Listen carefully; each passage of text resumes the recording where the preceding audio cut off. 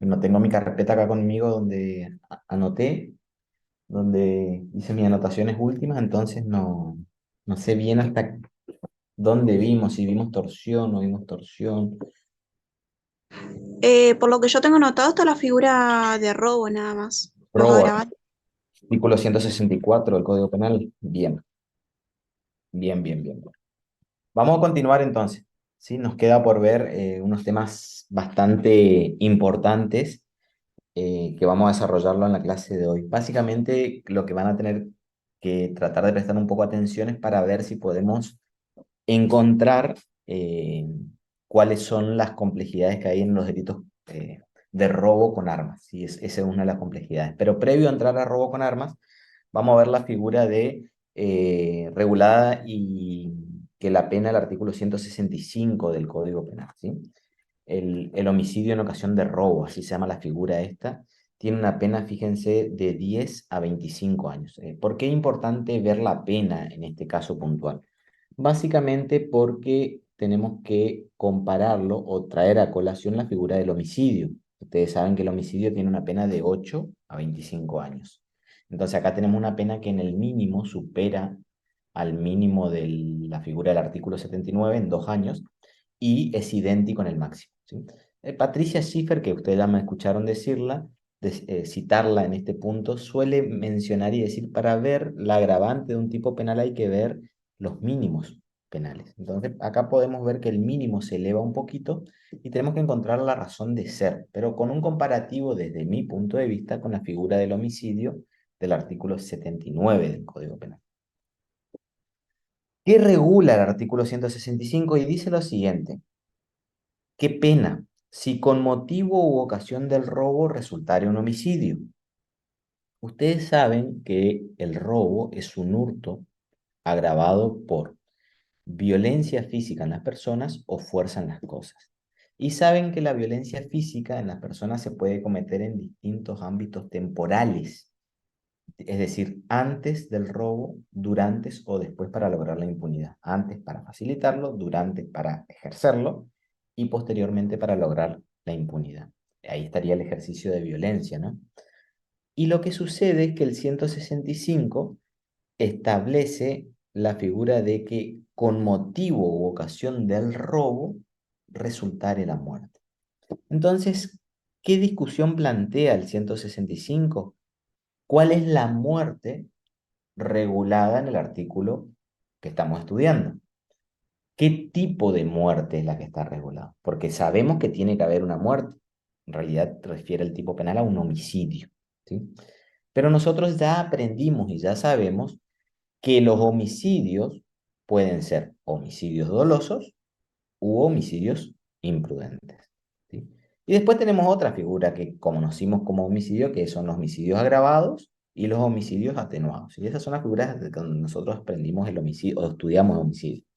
El tipo penal se refiere a que con motivo u ocasión del robo resultare un homicidio y se apena con la pena de 10 a 25 años. Entonces la pregunta es, ¿entran dentro de la figura del 165 los homicidios imprudentes? ¿Entran dentro de la figura del 165 los homicidios dolosos? Si contestáramos afirmativa a este último interrogante, la pregunta es, ¿a todos los homicidios dolosos o solamente a los que son cometidos con dolo directo?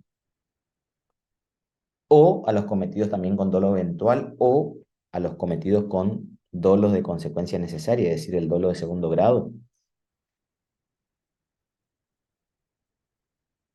¿Qué pasa cuando la muerte no es consecuencia, o perdón, es consecuencia del robo, pero esa muerte no se le puede achacar al autor ni a título de dolo ni a título de imprudencia, pero yo estaba robando y la persona murió?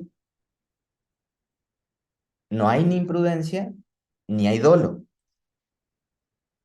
Y todos estos interrogantes se plantean en virtud de la regulación que estamos planteando. Y esa es la dificultad que trae. Entonces, creo que hay que hacer el siguiente análisis para tratar de ver qué queda en el 165.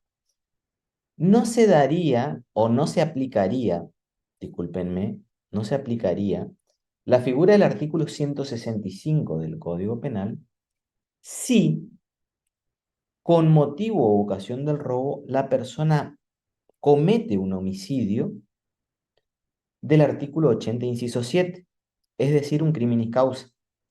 Cuando el sujeto, ¿qué es lo que hace? Mata para preparar, facilitar o consumar otro delito. ¿Cuál es el otro delito? El robo en este caso puntual. ¿Se entiende? O cuando la persona mata para lograr la impunidad. Otra vez la causal de la 80, inciso 7. Entonces, creo que como primera herramienta tendríamos que descartar ese fenómeno. ¿Cuál es el fenómeno? Que el hecho a analizar ya se subsuma en el 80, inciso 7, en el homicidio criminis causa. Entonces, porque tienen correlación, porque allá puede suceder, no necesariamente, de que la muerte, es decir, el homicidio, se deba para facilitar un robo.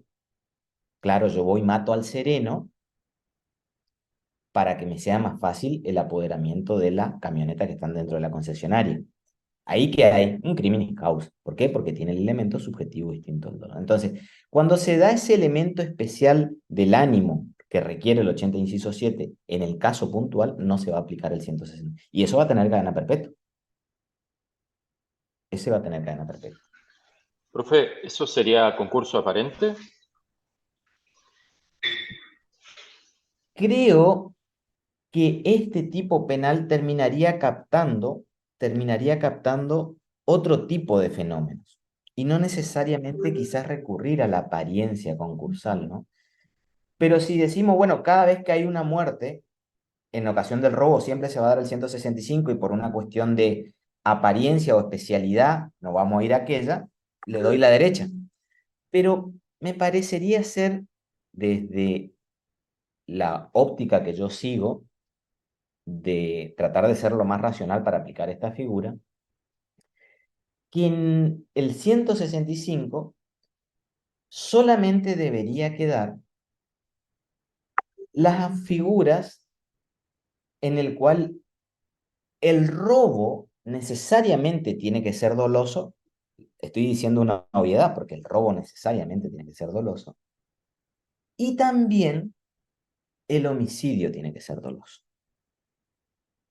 Pero sin que se den las circunstancias particulares del 80, inciso 7. ¿Por qué? Porque hay una figura específica que te regula aquello.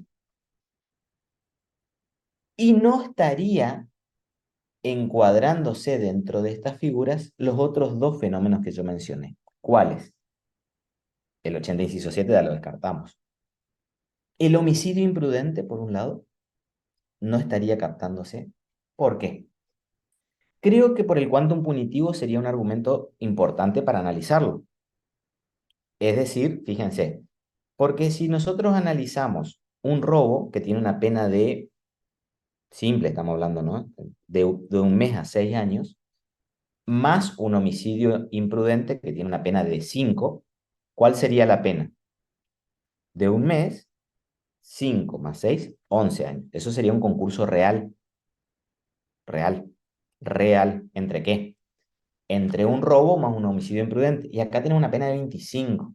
Entonces, ese argumento a mí me hace pensar también de que el homicidio imprudente no estaría acá. Y tampoco estaría el homicidio, o perdón, discúlpenme, la muerte, que no se puede atribuir ni a dolo ni a imprudencia. ¿Cuál podría ser un fenómeno? Nosotros lo trabajamos cuando las primeras clases, aquella cuando comenzamos el curso, la segunda, tercera, comenzamos, yo le decía, ¿es un homicidio el fenómeno en el cual el sujeto está unido causalmente con la muerte, pero no se le puede achacar a título de dolo e imprudencia? Entonces, yo le decía, fíjense la persona que entra a robar y asusta, o a consecuencia del susto la persona muere. Hay una muerte, la pregunta, ¿eso es un homicidio? Entonces, inclusive cuando trabajamos el Eso, pretérito intencional, le decíamos, mire, parecería ser que no. ¿Cómo, Yasmín? no, que iba a decir que no, porque se daría el versario ilícita, ¿no? El versario Eh, y el principio de sí, culpabilidad totalmente sí. afectado. Porque para poder, y ahí lo de Versari, Yasmín, es correcto desde el punto de vista de que tiene que ser respetuoso de que haya dolo o imprudencia por lo menos para poder achacarle un delito, no una vinculación causal solamente. Y este argumento me parece importante para pensar un ejemplo que ahora quizás lo trabajemos, que a mí me tocó discutirlo en la práctica profesional. También lo Entonces, habíamos visto en el caso de las muertes en ocasión de accidentes de tránsito también, que habíamos hablado exactamente esto mismo, que no siempre que hay un vehículo involucrado se da el tipo. el tipo de la imprudencia del artículo 84 bis, en ese caso puntual por vehículo automotor. No siempre. Causalmente voy a estar unido con la muerte. Yo entré a robar, la persona murió de un infarto. Si yo no sabía la circunstancia particular de esa persona, me era imposible saberlo, ni siquiera la previsibilidad desde el punto de vista de la imprudencia, estoy hablando no del dolo, estoy hablando de la imprudencia. Entonces, achacar eso parecería, eso no significa que no se pueda cometer homicidio con medios morales, que es una de las cuestiones que lo vimos nosotros cuando analizamos el 79 allá. Dijimos, mire, los medios morales sí, yo puedo matar. Medios morales sin realizar violencia física, sino violencia psíquica sobre las personas, pero yo tengo un manejo circunstancial del hecho, yo conozco las particularidades de la persona y la llevo a ese cuadro particular y ahí una muerte, bueno, un homicidio doloso, ¿no? Pero no es este fenómeno que estamos trabajando. Entonces, creo yo también que hay que descartar, esto es discutible, pero hay muchas posturas, ¿no? Que habría que descartar también el fenómeno de la muerte no imprudente. Descarto la muerte imprudente, descarto la muerte ni siquiera a título de imprudencia y descarto la muerte donde se subsuma en el artículo 80, inciso 7, es decir, el crimen causa. Entonces, ¿qué quedaría acá? ¿Qué quedaría acá? Básicamente el homicidio doloso. Dolo directo, dolo indirecto y dolo eventual. Ese fenómeno particular. Entonces, ¿cuándo se puede dar? Cuando la persona mata representándose que está matando con motivo o ocasión del robo, pero no lo está haciendo para facilitarlo al robo, para ocultarlo al robo, ni para lograr la impunidad. Porque si no, no vamos al 80, inciso 7. Es difícil, es cierto, esta distinción entre el 80, inciso 7 y esta figura, pero propio de la discusión que ya vimos en el 80, inciso 7, que es la dificultad probatoria que va a ver cómo yo determino ese elemento subjetivo distinto del dolo que tiene el artículo 80, inciso 7.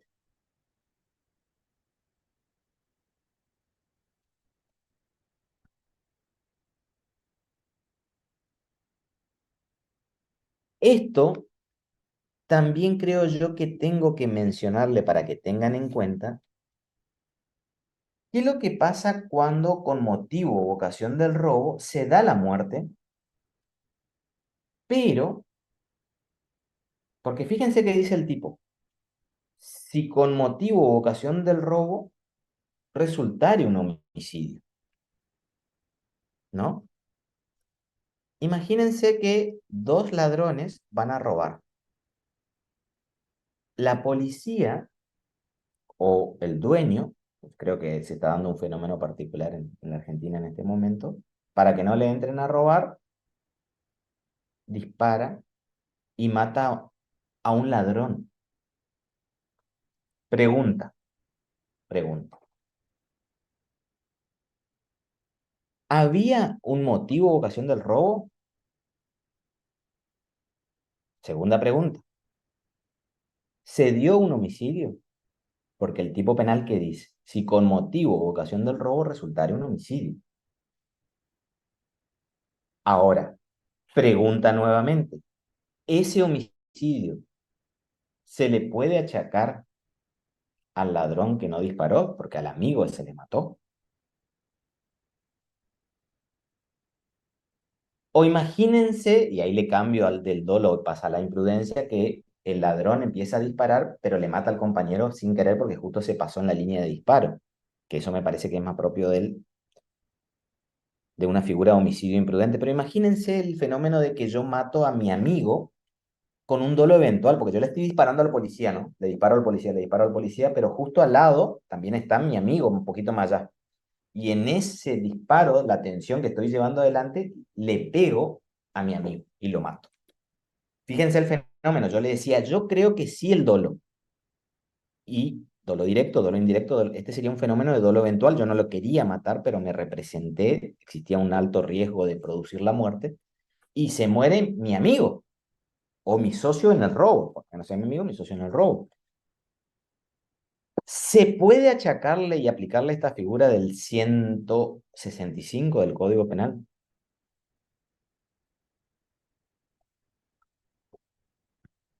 Estas son las dudas y discusiones que hay.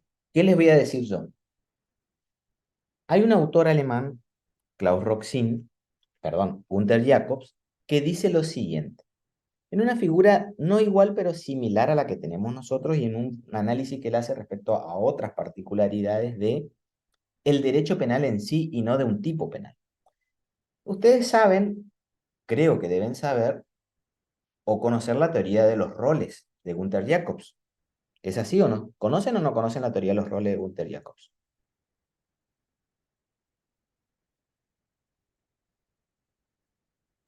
Lo vimos, pero muy por arriba, no fue algo como para en extenso. Gunther Jacobs dice lo siguiente, teoría del derecho penal en general, no de un delito. Dice que a los sujetos, a nosotros, siempre y cuando nosotros nos mantengamos dentro de, él utiliza esta palabra, el rol estereotipado en el cual nos estemos manejando, uno no tendría que cargar con las consecuencias de los efectos que produzca ese rol estereotipado. ¿Por qué? Porque se mantiene dentro del rol. ¿Sí? Entonces él empieza a explicar una serie de fenómenos bastante interesantes para decir, mire, esto no puede ser delito porque el sujeto se mantiene dentro del rol. ¿Qué quiere decir mantenerse dentro del rol? Esto tiene que ver con la prohibición de regreso que se evalúa en el momento de la imputación objetiva.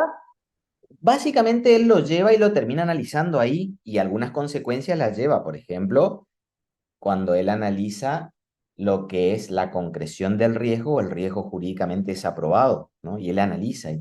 Pero es interesante ver, desde mi punto de vista, lo que habla esta mente en Alemania, diciendo que, ¿qué se espera de, qué espero yo de ustedes?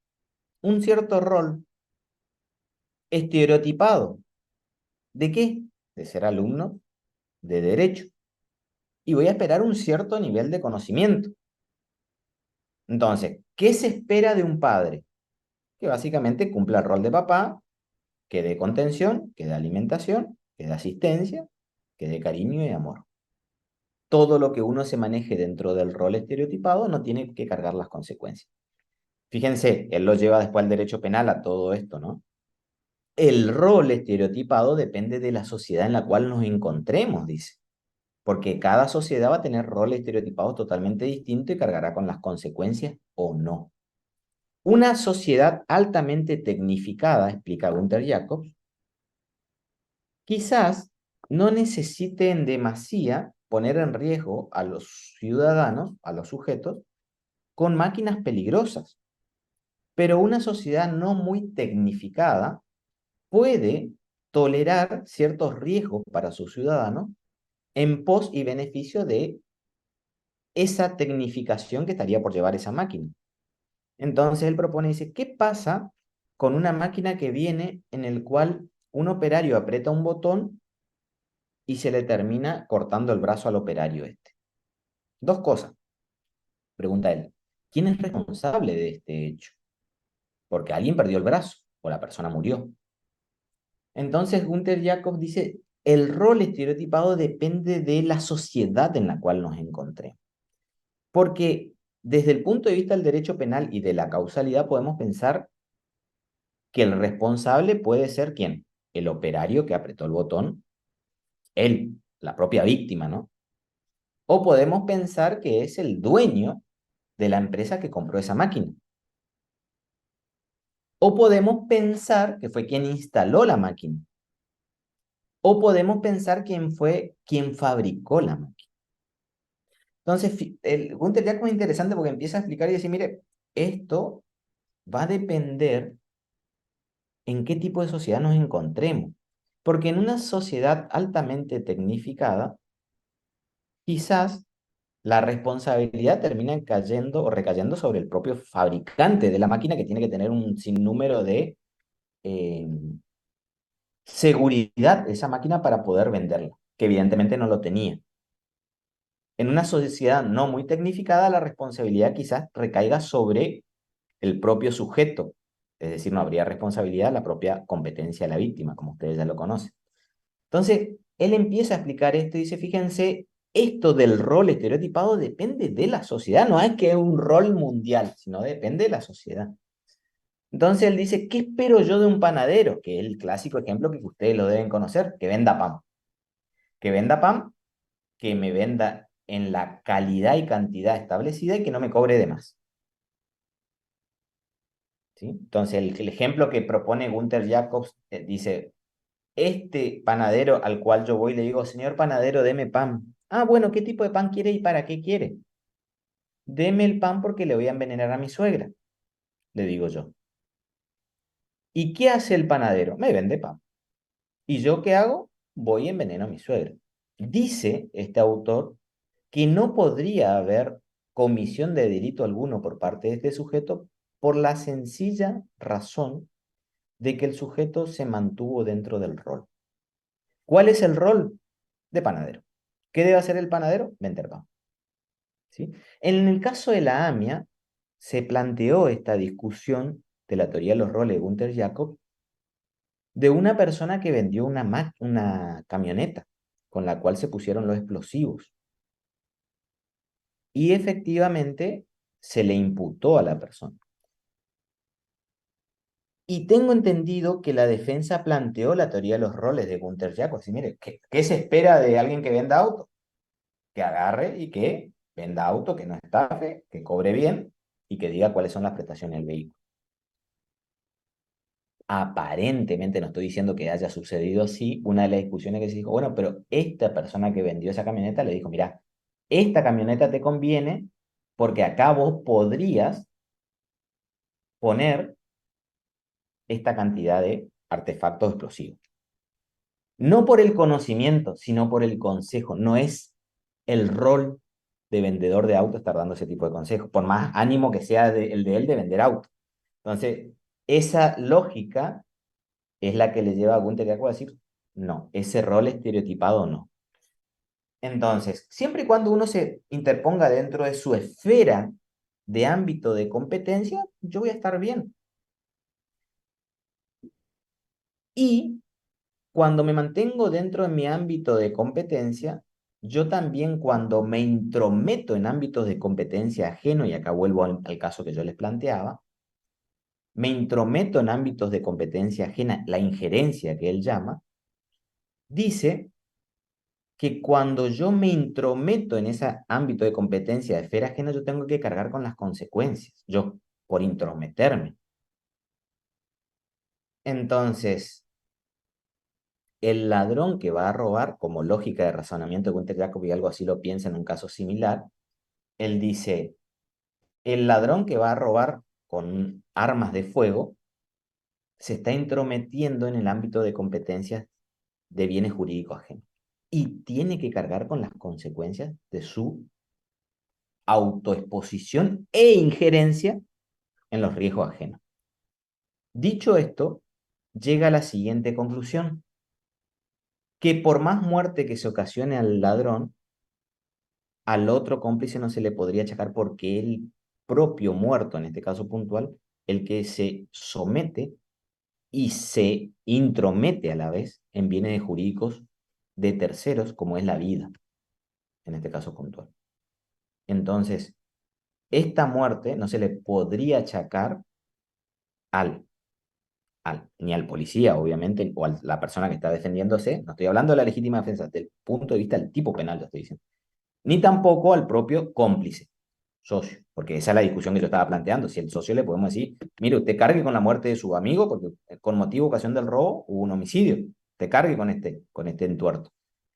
Me estoy tratando de dar una respuesta teórica a la problemática de qué es lo que pasa cuando la muerte se da de uno de los ladrones, que hay un homicidio, no de un tercero que muere, que parecería ser el fenómeno que todos pensamos cuando yo le planteé el robo o con motivo de ocasión del robo resultar en la muerte. Entonces, dicho esto, esa idea de Gunther Jacob a mí me parece interesante y yo la utilizo en mi razonamiento. Yo digo que la muerte del ladrón nunca va a estar acá dentro del artículo 165 del Código Penal. Nunca. Profe, Con ese argumento. pero también utilizando el mismo argumento podríamos decir que el ladrón que disparó también tomó ese riesgo y pudo haber previsto la eventualidad. Exactamente. Por eso, si él comete un homicidio, ¿qué va a haber? No un artículo 165 del Código Penal, sino que si hay un homicidio, habrá un homicidio del artículo 79 del Código Penal más un robo. Como lógica de razonamiento. Como lógica. Si hay un homicidio, directamente tendría que aplicarse la figura del artículo 79 del Código Penal. Pero, y a mí me tocó un ejemplo, que es el que creo que le puede llegar a servir a usted para ver que esta figura es compleja, ¿no? Un caso en el cual unas personas a una enfermera van y le dicen que le den, que le dé los medicamentos, es una especie de drogas, ¿no? Pero eran medicamentos que ella lamentablemente le solía dar porque estos eran vecinos y cada vez cuando yo iba a la casa le solían pedir y ella le daba para que no la pesadeen, ¿no? Y en un motivo, en una circunstancia particular, estos van, le piden el remedio, la droga, no le da y uno saca un arma y le dispara, la mata. Fíjense, creo que el fenómeno estaría del 165 en el cual hay un robo y un homicidio, porque la persona le pega un balazo, no le mató para preparar el robo, porque no, ya, no es que se estaba negando a darle, sino que no tenía, y le termina disparando y le ocasiona la muerte. Ni para facilitar, ni para lograr la impunidad, no estaban esos elementos. Entonces estaba el que disparó y había tres personas más. ¿Qué figura se discutía en ese caso? El 165. Pena de 10 a 25 años. Hubo un muerto, hubo un homicidio y hubo un robo. ¿Sí? O motivo, ocasión del robo. Y esto le tiene que llevar a usted a pensar qué es lo que pasa cuando el robo no se consuma, porque acá no hubo el apoderamiento. ¿Cuándo se consuma el robo? Cuando hubo el apoderamiento, recuerden ustedes, disposición o barra disponibilidad en el cual el sujeto puede llegar a tener, según la teoría que yo creo que es correcta. Entonces la pregunta es, ¿qué es? A ver, imagínense, Luciano, Sergio Martínez, Verónica Villanueva y Juan Guillermo Barrionueva. Somos los cuatro, ¿no? Imagínense el fenómeno. Yo voy, vamos los cuatro a pedir eso, no nos da y yo saco un arma. Siguiente fenómeno. Vamos a ver el fenómeno siguiente. Pues, el escenario puede ser múltiple, pero vamos a trabajar con este escenario. Tanto Luciano, Verónica o Juan no sabían que yo había llevado el arma. Es un dato, me parece, para mí importante, para mí. Si ustedes están conscientes que yo llevo el arma, como que tendrían un dato importante para discutir después una variable que me parece que si lo planteo así, no. Entonces la pregunta es, ¿quién comete el homicidio? Yo disparo, yo maté. Y si yo maté, ¿qué son ustedes? Porque ustedes saben que en derecho penal se puede ser autor, coautor, cómplice, investigador o encubridor. Entonces, En eso,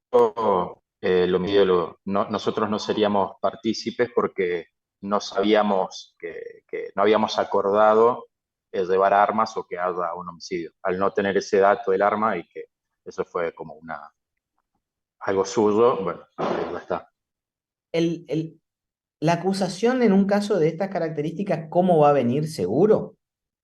Un 165 para todos. Y todos vamos adentro. Esa es la realidad. Y yo planteaba en el debate, ¿qué capacidad que tengo yo, no? Sergio Martínez, ¿de qué? De ser un gestor criminal. Porque tengo la capacidad, por el hecho de haber disparado, de que todos ustedes compartan mi dolo, cuando la teoría dentro del derecho penal, ustedes saben que necesariamente cada uno es dueño de su propio dolo. Entonces, ¿por qué Luciano, Verónica y Juan tienen que cargar con mi conducta? Pregunta que hago yo. ¿Cómo tiene este sujeto la capacidad, y ahí lo usaba yo nuevamente al argumento de Jacobs, de ser, y ahí utilizaba la frase, un gestor criminal, en el cual yo con mi dolo los llevo a todos, por eso se le sacaba el conocimiento del arma, ¿no? Me parece un dato importante. Si no, ya podríamos empezar a discutir y le doy argumentos o le doy elementos a la acusación para decir, no, mire, estos no son personas que ellos, con el propio argumento de Jacob, decían, bueno, estas personas se están intrometiendo en bienes jurídicos ajenos con el conocimiento propio que tienen porque iban a robar con armas, ¿no? Pero no, no es ese fenómeno en el cual se da el caso que le estoy planteando.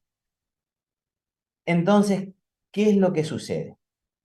Lo cierto es que la acusación va a venir por ahí, pero ustedes, como ciertos conocedores del derecho penal, van a ver que la complejidad de situaciones no son tan fáciles de resolver. Eso es lo que quiero que yo le queden. No quiero que tengan clara la resolución del caso. Yo lo que quiero que queden en claro que no es sencillo y que hay que pensar el derecho penal. Miren, les cuento. Yo ayer estaba tomando un examen para cargo de fiscal acá en mi jurisdicción. Y estaba rindiendo la persona y le digo yo, le pregunto, ¿no? ¿Hasta cuándo se puede pedir la suspensión del juicio a prueba? ¿Hasta qué etapa del proceso se puede pedir la suspensión del juicio? Y me dice ella, la que estaba concursando para el cargo, hasta iniciado el debate. Bien. Le hago una pregunta, le digo. ¿Cuál es el argumento para que no proceda el instituto de la suspensión del juicio a prueba que usted utilizaría para no conceder el instituto de la suspensión del juicio a prueba una vez iniciado el debate? Le hago otra pregunta. ¿Qué argumento utilizaría usted para decir de que no procede el instituto de la suspensión del juicio a prueba una vez que en el debate ya se produjeron las pruebas? No iniciado, no abierto el debate, sino ya producido pruebas. ¿Qué argumento utilizaría usted para no conceder la suspensión del juicio a prueba una vez que el fiscal ya hizo la acusación y acusa, por ejemplo, por un delito de lesiones leves, artículo 89 o 90, que ustedes saben que es procedente la suspensión del juicio a prueba? Pero el fiscal ya acusó. Y le pregunto yo, ¿qué argumento utilizaría usted para una vez concluido los alegatos inclusive de la defensa? Pero todavía sin sentencia, porque si hay sentencia yo le entiendo. ¿Por qué? Porque ya no hay un imputado, sino que ya hay un condenado, si hay una sentencia condenatoria, obviamente. Y me dice no. Está bien, le digo yo, pero yo no quiero el no, sino dígame el argumento de por qué no. Hasta iniciado el debate, sí, porque ese es el criterio. Y le digo, hay algo que yo aprendí y me enseñó un amigo en su momento. Había un caso que él lo utilizaba, si bien con muchas modificaciones, fuera de la Policía Federal. Es un abogado que estuvo dentro de las fuerzas y después se terminó yendo, fuimos socios mucho tiempo y es profesor en la facultad. Muy buen abogado, muy buen profesor. Marco Molero. Se fue de la federal. Y él decía, había una silla en la cual, de madera, que estaba fuera en el patio, que decía prohibido sentarse. Entonces, un día, a uno de los policías se le ocurrió preguntar por qué no se podían sentar ahí. Entonces va y le pregunta al conserje y le dice, no, no se puede sentar ahí porque cuando yo vine a trabajar acá estaba el cartel y el que cuidaba me dijo que ahí no se podía sentar. Entonces le pregunta quién era esa persona y va y le pregunta a esa persona quién es, y lo concurre y le dice, mira, yo no lo sé, pero cuando yo empecé a trabajar el que me lo dijo a mí ya era así, no se podía sentar, en esa silla no se podía sentar, porque era prohibido sentarse. ¿Pero por qué? Y así me dijo el que trabajaba anteriormente. Y van al que le había dicho a esta persona que ya era más anciano y le preguntan por qué en esa silla que está en el patio de la policía no se podían sentar. Y se ríe este hombre y dice, no, no, lo que sucedió es que ese cartel yo lo había puesto cuando se pintó y decía prohibido sentarse para que las personas no se manchen. Y todos los que vinieron después siguieron respetando, inclusive cambiaron el cartelito cuando no se veía bien. Y cuando ustedes, nosotros y el funcionario principalmente, no tiene razones para decir por qué sí o por qué no, entramos en la arbitrariedad. Y entramos en hacer las cosas porque alguien dijo que se tiene que hacer así. Entonces, para ella, para esta funcionaria que va a ser fiscal casi con toda seguridad, es verdad revelada lo que le dice su jueza, sin discutir por qué. Porque podemos dar argumento de por qué hasta ahí solamente o por qué no, pero la ley no lo dice. Porque ¿qué dice la ley en el 76? Lo vamos a leer textualmente. El imputado de un delito de acción pública. ¿Hasta cuándo se es imputado? Hasta que no haya condena. Eso dice. Cuya pena no exceda de 3 años. En este caso era, imagínense, una amenaza o unas lesiones leves, creo que le dije. ¿Procede? Procede. ¿Por qué no? Porque está prohibido sentarse en el banco. Yo creo que era muy lógico si me hacía esa contestación. Está prohibido sentarse en el banco. Pero ni siquiera esa fundamentación. ¿Qué le estoy tratando de decir? Que ustedes van a tener que tener, o pretendo yo, que ustedes tengan en la vida, esa es mi idea, cierta capacidad de qué? De criticarme a mí, de criticarse a ustedes y de razonar. Porque o si no, hacemos las cosas porque así hay que hacerlas. ¿Y por qué hay que hacerlas así? Hay veces que hay razones muy valederas, inclusive legales. Y yo quería ir a lo legal. Que esta persona me diga, miren, lo legal dice esto y yo no puedo porque la ley me lo impide. Dura lex ser lex belinolis. Dura es la ley, pero es ley y hay que cumplir. Está bien, bien. Soy legalista. Perfecto. Pero vamos a eso. ¿Por qué no? Porque es el criterio. ¿De quién? Bueno, de mi jueza. Y de la jueza de ella, otra jueza le dijo. ¿Se entiende? Entonces, este caso, yo lo que estoy tratando es pensar con ustedes, es decir, de que hay veces de que hay que tener esa capacidad de qué, de razonar las circunstancias. Fíjense lo que hacía hace un ratito Juan. Me decía, no, no, pero usted solo mató. ¿Por qué las otras personas? Porque era la crítica que hacía él, ¿no?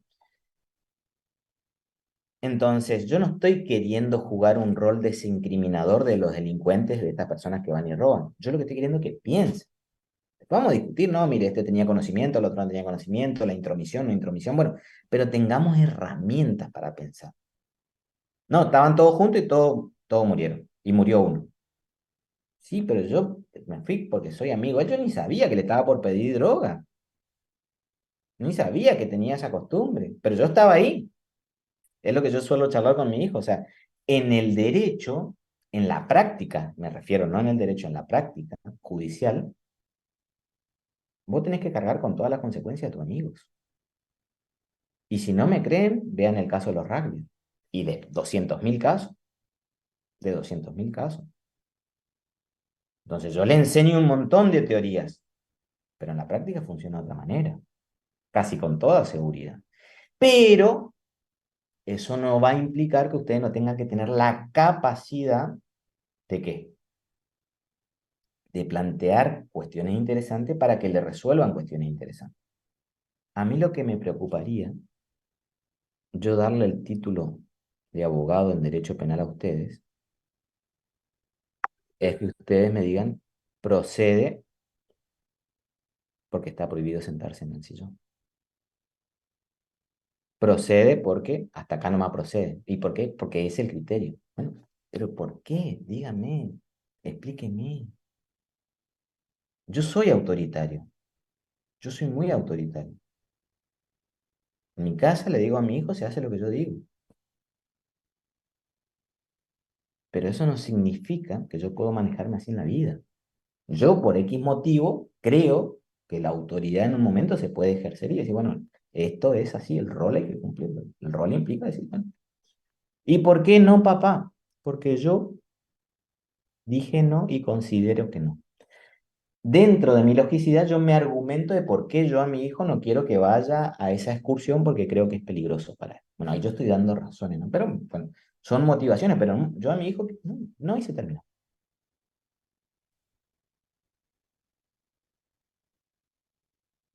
Cuando yo le digo al funcionario esto, ¿y por qué no me da? Y no, ¿por qué no? Bueno, pues yo no estoy dentro de una casa y usted no es mi papá, usted es un funcionario judicial. Hablemos en otro diálogo. Entonces, este caso, este artículo 165, el parcial que tomé ayer, creo yo que es importante para poder discutir que no seamos nosotros ovejitas que nos llevan al matadero sin pensar, ¿sí? Que pensemos. El 165 es uno de esos artículos. Punto final, seguimos, ¿sí? Punto final, seguimos. El artículo 166 del Código Penal reprime con reclusión, fíjense la pena cómo ya se eleva del robo, no del 165, del 166, de 5 a 15 años. El robo, ahora recuerden ustedes, ¿por qué se agrava el robo? Que el robo es un hurto agravado, porque había violencia física o fuerza en las cosas. La razón essendi, la razón de ser del agravante está violencia física, fuerza en las cosas. Ahora, el robo a su vez se agrava cuando es cometido. Si por las violencias ejercidas para realizar el robo se causara alguna de las lesiones de los artículos 90 y 91, es decir, lesiones graves o gravísimas. Acá no hay discusión, porque no habla de lesiones graves, sino que dice lesiones de los artículos 90 y 91, es decir, graves y gravísimas. Lesiones leves, no. Que las lesiones leves quedarían captadas dentro de la propia violencia necesaria del robo, si ustedes me permiten, ¿sí? No creo que habría un concurso desde ese punto de vista. Y también se agrava si el robo se cometiere con armas. Coma, dice el artículo. O, agregó la palabra o legislador acá, en despoblado y en banda. Entonces, ¿cuándo se agrava? Uno, hipótesis uno. Cuando el robo es cometido con armas. ¿Qué es arma? Arma es todo, ya lo saben ustedes, pero yo lo repito solamente. Es todo aquel instrumento que tenga la capacidad de aumentar el poder ofensivo del sujeto, que ustedes bien saben se divide en armas propias y armas impropias. Acá el tipo penal no dice armas propias e impropias, dice armas, lo cual parte importante de los autores dicen todo tipo de armas. Algunos autores critican, y yo en esa forma me adhiero, no a la crítica en general, pero sí a la crítica del caso en particular que se pueda, que creo que no todo tipo de arma, porque esto puede ser un arma cuando me aumenta el poder ofensivo del sujeto. Entonces, se ha considerado de que arma es una bufanda, por ejemplo, porque en el contexto particular aumentaba el poder ofensivo del sujeto.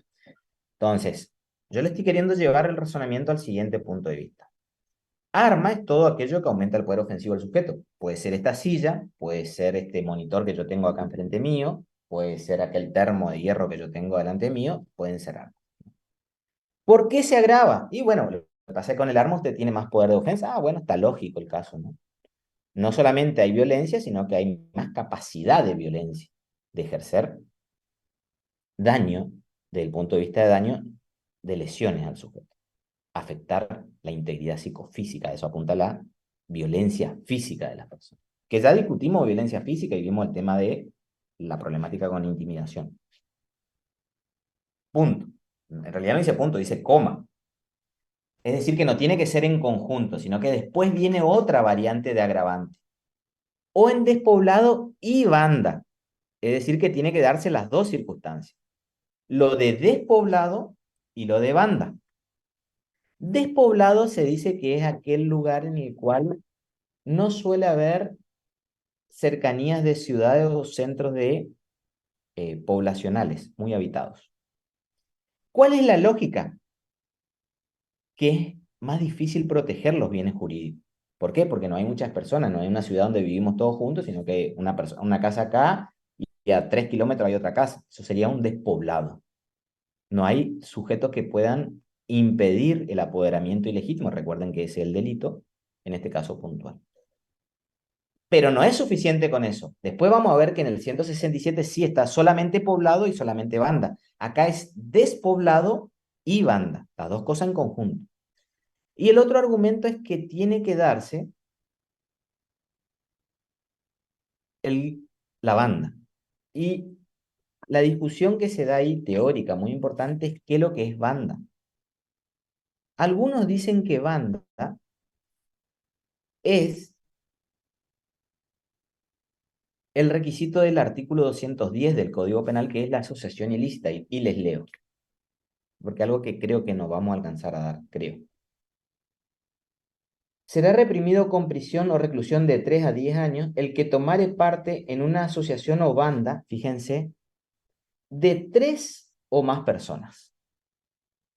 A mí me sirve para pensar en la cantidad. Para eso sí, yo utilizo, que es lo que hace parte de la teoría. ¿Cuándo son bandas? Cuando hay un conjunto de 3 o más personas. Yo lo extraigo del 210, ustedes deberían extraerlo del 210. Lo que pasa es que el concepto de asociación ilícita para mí no es necesario acá, porque la asociación ilícita requiere un dato que esté destinada a cometer delitos de manera indeterminada, que es un requisito que los autores dicen que se requiere en la asociación ilícita, que no se va a requerir acá. Sí vamos a requerir, creo yo, que se requiera un número de intervinientes. ¿Cuánto? Mínimo 3. ¿De dónde los traigo? Porque acá se habla de bandas, ¿no? Y no dice cuándo son bandas. Pueden ser 2, pueden ser 3, pueden ser 20.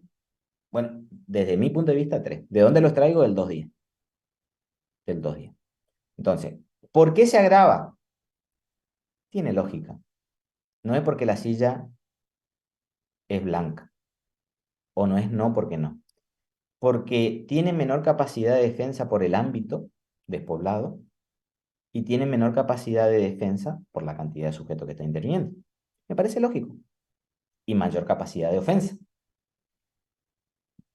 Vaya, 3 argumentos le estoy dando. No es no porque no, ni sí porque sí. Hay razón. Entonces yo encuentro por qué ese hurto que se agravó por la violencia, ahora se vuelve a agravar porque esta violencia es utilizada en un contexto situacional particular, el despoblado, y con un número interviniente de sujetos. Banda, 3. Ah, bueno. Yo le estoy dando razones de por qué esa pena que era de 1 a 2 años en el hurto pasa a ser de 1 a 6 años en el robo y ahora pasa a ser de 5 a 15 en el robo con despoblado y banda. Porque porque siempre el bien jurídico afectado es la propiedad. El mismo celular que termina robando en el hurto, o hurtando en el hurto, robando en el 164 y acá con un arma. ¿Sí? No contento con eso, el legislador sigue modificando el quantum punitivo y modificando las circunstancias. Y esto no lo hice yo, sino que está regulado en el mismo artículo 166. Y vamos al problema. Si el arma dice, el párrafo siguiente, si el arma utilizado fuera de fuego, dice, escuchen esto, ¿eh? Si el arma utilizada fuera de fuego,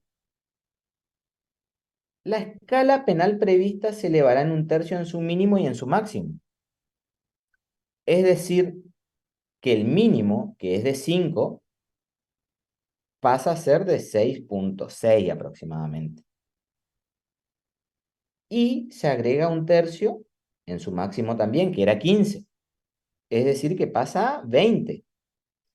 Ahora ese hurto que se agravaba por la violencia física y se agravaba por el uso de armas, se agrava nuevamente porque el arma ya no es un arma nomás, sino que es un arma de fuego. ¿Qué arma de fuego? Aquella que eyecta el proyectil a consecuencia de la deflagración de la pólvora. Ya lo vimos. ¿Y por cuál es la razón de ser del agravante? Y mire, lo que pasa es que no es un arma, simplemente, es un arma de fuego. La capacidad de ofensa que tiene el sujeto es mucho más grande. La capacidad de defensa que tiene el sujeto pasivo es mucho menor. Estoy dando razones, es lógico lo que, y me parece bien. ¿Sí? Ya sabemos la pena, 6.6 a 20. 6.6 a 20. Ahora, vamos al párrafo siguiente. Si se cometiera el robo con un arma de fuego, que es el mismo fenómeno que trabajamos recién, escuchen esto, y marquen la frase, cuya aptitud para el disparo no, dice el legislador, no pudiera tenerse de ningún modo por acreditada o con un arma de utilería, la pena será de 3 a 10 años de reclusión o prisión.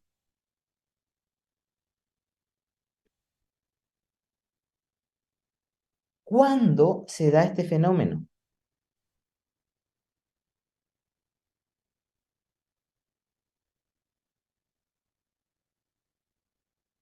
Imagínense un robo. Imagínense un apoderamiento ilegítimo de una cosa mueble. Me llevo la caja fuerte y efectué un disparo de arma de fuego. ¡Pum, pum! Cuando me estaba yendo. No maté a nadie, pero usé el arma. No se secuestró el arma, pero sí, yo disparé. Las vainas quedaron servidas.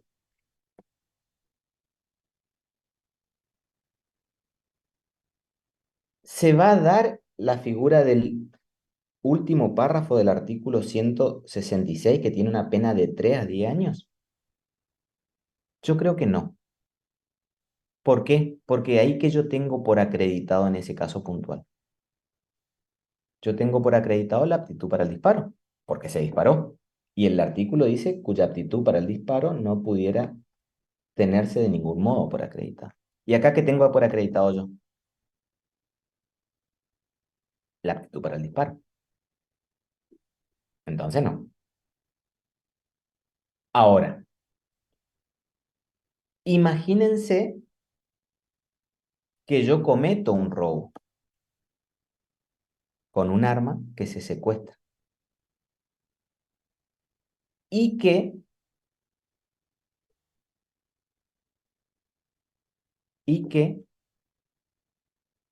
se demuestra pericialmente de que no era apta para el disparo, porque estaba trabada, funcionaba. O imagínense, Hola, el arma estaba las descargada. tumberas, profo, ¿no? Vio las que suelen armar ellos, los que le llaman tumberas, Sí. que ¿Y cuál sería el no problema ahí? saben en realidad si tienen la aptitud. Sí, sí, sí, eso se demuestra, pericialmente se demuestra. Además, la tumbera se perita y los equipos de los gabinetes científicos determinan que si se hubiera eyectado, porque es un caño superpuesto con otro caño, hubiera eyectado, y haber hecho este movimiento, ese movimiento hubiera hecho que el percutor, que suele ser un clavito atrás, hubiera pegado en el fulminante del, de las balas y hubiera eyectado proyectiles, pero se determina. Entonces las Ah, tumbleras, sí. Profe, profe, entonces esta acreditación de la aptitud es algo que se hace ex post, digamos, después de que sucede todo. y al menos el tipo penal no dice, el tipo penal dice cuya aptitud para el disparo, hay algo que dice, cuya aptitud para el disparo no pudiera tenerse por acreditada, no pudiera tenerse por acreditada. Ahora le pregunto yo, ¿qué pasa cuando yo tengo? Porque el tipo penal que dice yo no tengo por acreditada la aptitud para el disparo. La pregunta es, ¿qué pasa cuando yo sí tengo acreditada la ineptitud para el disparo? ¿Se va a Entonces vale aplicar, este párrafo. se va a aplicar esta agravante? Y si no se aplica, porque yo entiendo que no encuadra acá, ¿dónde encuadra?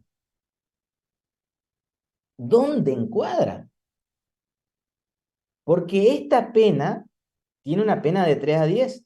Entonces, la lógica de ustedes que van a decir, ay, bueno, y se va el robo con arma. Bueno, ¿qué pena tiene el robo con arma? El robo, si se cometiere con arma, dice el inciso segundo, la pena es de 5 a 15.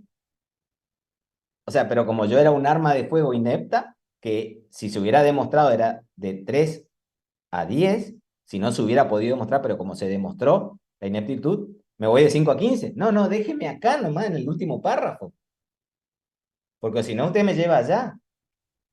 Mucho más cuando ustedes tienen que encontrar la razón de ser del agravante, porque encima dice con arma de utilería. Profesor, disculpe, ¿podría ser el caso de la película El robo del siglo, que Bueno, muestran que utilizan armas de utilería?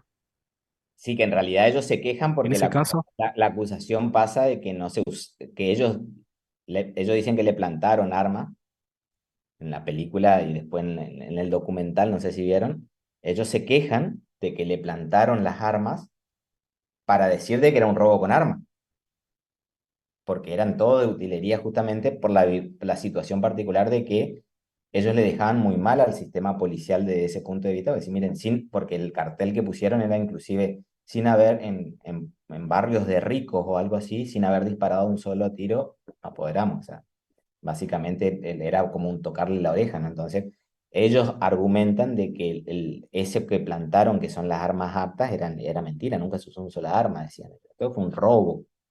Nosotros cometimos un robo y somos ladrones, no delincuentes, que ellos decían, ¿no? De andar con armas, ¿no? Pero entiendo su razonamiento y pasa por ahí, pero fíjense lo complejo que puede ser el caso puntual. Entonces, si no es porque yo tengo un caso en el cual, ¿cuándo se va a dar este fenómeno? Desde mi punto de vista, cuando yo voy y cometo un robo y no se secuestra el arma. Ahí yo no tengo por comprobado la aptitud para el disparo, ahí sí. Pero si yo secuestré y tengo por probado la ineptitud para el disparo, no se daría este párrafo, parecería ser. Porque el legislador Profe, te dice, cuya aptitud para el disparo no puede atenerse de ningún modo por acreditar. Y acá que tengo yo tengo por un modo acreditada la ineptitud. El caso contrario al que plantea la ley, sí. no, estaba pensando si, por ejemplo, hubiera un arma de fuego sin aptitud para el disparo, pero se utilizara para golpear, por ejemplo, a las víctimas con la parte, no sé cómo se llama la parte de La donde se culata, agarra, digamos, y la con la culata, sí. culata. Sí. Y ahí entonces sí podría quedar dentro del inciso 2, o sea, no de los 3 a 10, sino en los 5 a 15, si se utilizara como un arma para golpear, sería porque aumenta el poder ofensivo, Sí, no solo para amedrentar sería. ahora nuevamente, yo quiero que piensen esto, no que compartan, pero sí que piensen. ¿Cuál es el argumento del agravante? Porque, Y yo lo que pienso es que en el caso del arma sin aptitud para el disparo o arma de utilería, de que sea una pena menor a otro tipo de arma, no sé, un arma blanca o lo que sea, o un palo, es que se supone que un arma de utilería en realidad no tiene, ni un arma que no pueda disparar, se supone que no tiene ni un poder de aumentar, digamos, la potencia ofensiva del agresor. Es, Pero en eso, realidad si se usa para golpear, sí. eso es lo que yo quiero que razonen, porque por más que esté en la ley, ¿qué tiene que plantear una defensa buena? No digo exitosa, buena. Estaría en ¿Qué tiene el que dolo la plantear? cuestión. ¿Eh? Estaría en el dolo la cuestión porque ellos saben que van a lograr su cometido, pero también se puede deducir que ellos no pensaban matar a alguien, No, cuando el arma no tiene aptitud para... está bien, pero acá no se trata de muerte, porque acá no requiere muerte, acá se requiere robo con arma, hermano, no muerte. Acá no hay que agregarle el dato muerte, acá hay que agregarle un apoderamiento, acá estamos protegiendo la propiedad nomás, ¿eh? No otra cosa. Bueno, pero el agravante es cuando ellos tienen la posibilidad de hacer algo más ¿Qué? y matar, por ejemplo, y no lo Pero hacen. con un arma de utilería, Apoderarse con el arma de fuego, pero con un arma de haciendo que la utilería, víctima tenga menos posibilidad de defenderse, con un arma de utilería. pero la víctima no sabe. Bueno, ahí usted me cambió el razonamiento. Usted me cambió el dato, porque la discusión ahora pasó a ser distinta. Pero la víctima no. Ah, bueno, ahora podemos empezar a pensar y discutir, porque ahora usted me está diciendo, no, para la víctima no sabe. Entonces usted me está diciendo, que es parte de las teorías que dicen los autores, la razón de ser estaría en ¿qué? En el temor de la víctima. Porque no tengo mayor capacidad de agredirle con un arma de utilería. Sí, es un juguete. No, el concepto de utilería y juguete no es idéntico, inclusive hay una discusión terrible acá, ¿no? Pero lo que estoy diciendo yo, usted me cambió el ejemplo y dice, bueno, ahora sí, pero ¿qué pasó, Verónica? Usted empezó, Aumenta el poder ofensivo, dice el texto también. ¿dónde dice el poder ofensivo? Nosotros, perdón, dice, No, aumenta el poder ofensivo. eso es el concepto de arma, Sí. es el concepto de arma. Ahora, la pregunta es, ahora usted como su cabeza, ¿qué está haciendo? Pensando, dice, no, pero la víctima no sabía, ¿cierto? Usted me da razones, usted está pensando. Y si la víctima no sabía, usted me está diciendo que el argumento, que puede ser correcto, puede ser cierto, inclusive muy razonable, la razón de ser estaría en el temor que genera en la víctima. Puede ser, no digo que no, porque la víctima, ¿cómo yo sé si eso es una réplica o una réplica? Después del hecho voy y me entero, sí, pues yo en el momento, yo no sé. Entonces ahí está agregando un dato usted. Pero yo vuelvo nuevamente a preguntar, ¿no? ¿Cuál es la razón de por qué el hurto se agravó? Y se agravó porque había violencia. Y ahora le vamos a dar esta cantidad de pena porque había un arma de juguete. No estoy diciendo que no, yo le estoy diciendo cómo está redactado el tipo penal. Entonces, una vez me tocó tomar un examen para defensor oficial acá. Se planteó un fenómeno de estos. Y siguiendo criterios, inclusive Patricia Siffer dice eso, que estos casos que yo le estoy planteando quedarían en el robo simple, ni siquiera en el robo con armas. Ella dice iría al robo simple, no al robo con armas. Estos señores, no es fácil de Disculpe, me digerir. parece que yo estoy entendiendo mal, porque en este texto, en el texto, cuando nosotros vemos la aptitud, yo veo como que no es un agravante, sino un atenuante, porque va de 3 a 10 cuando ¿Un atenuante del qué? ¿Del qué? ¿Un del, atenuante del qué? Del robo del con arma. robo con armas, De un robo con arma, pero es un agravante del robo. del robo común, sí, El robo común es un agravante, pero es un atenuante respecto al del robo con robo con arma. armas, El sí. tema es que si yo quito esto y me voy al robo con arma, pasa a ser un hecho más grave, que el fenómeno en el cual yo les planteaba, en el cual yo tengo fíjense el fenómeno, vuelvan al caso, porque ahí está el problema, en el cual ustedes tienen por acreditada que el arma no funciona. La pregunta es, ¿dónde resuelven? Yo le doy en el parcial un caso en el cual no tienen, o tienen, perdón, acreditada la ineptitud para el disparo. ¿Por qué? Estaba descargada. ¿Por qué? Estaba trabada. ¿Por qué? Porque era un arma de juguete. Le quito la utilería que está redactado. Juguete no es lo mismo que utilería, supongamos. Suele decir que la utilería, y es el concepto que se suele dar en los libros, es aquella que se usa en representaciones teatrales. Entonces, ¿qué quedaría acá? Creo que el caso en el cual se usó un arma de fuego, pero no se pudo comprobar la ineptitud. ¿Cuándo? Cuando no se secuestra. Ese sí. ¿Cuándo más? Cuando se usa un arma de utilería. Y en esos casos la pena es de 3 a 10 años. Ahí creo yo que respeto, me guste o no me guste la cantidad de pena, el principio de legalidad. Me guste o no me guste la cantidad de pena. Entonces, si yo digo que utilería no es lo mismo que juguete, ¿qué pasa cuando yo voy y robo con un arma de juguete? Si yo pretendo llevarlo al robo con armas directamente, la situación es más grave y tendría que ser de 5 a 15, que 5 a 15 es lo que dice el 166. Este defensor que yo mencionaba, él decía que la solución era un robo simple, citando doctrina y jurisprudencia. ¿Es discutible? Sí. Pero ¿por qué yo le planteo esto? ¿Y cómo se resuelve esto, doctor?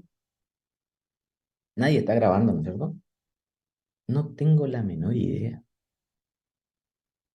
Yo sé cuál es el problema. Y sé lo que voy a plantear, depende del lugar en el cual esté. Yo no tengo la menor idea. No tengo la menor idea. Y, y permítanme ser como yo soy. No quiero tener la menor idea. Yo, ¿qué quiero saber? ¿Qué dice el artículo 166? ¿Y qué voy a plantear y qué voy a discutir?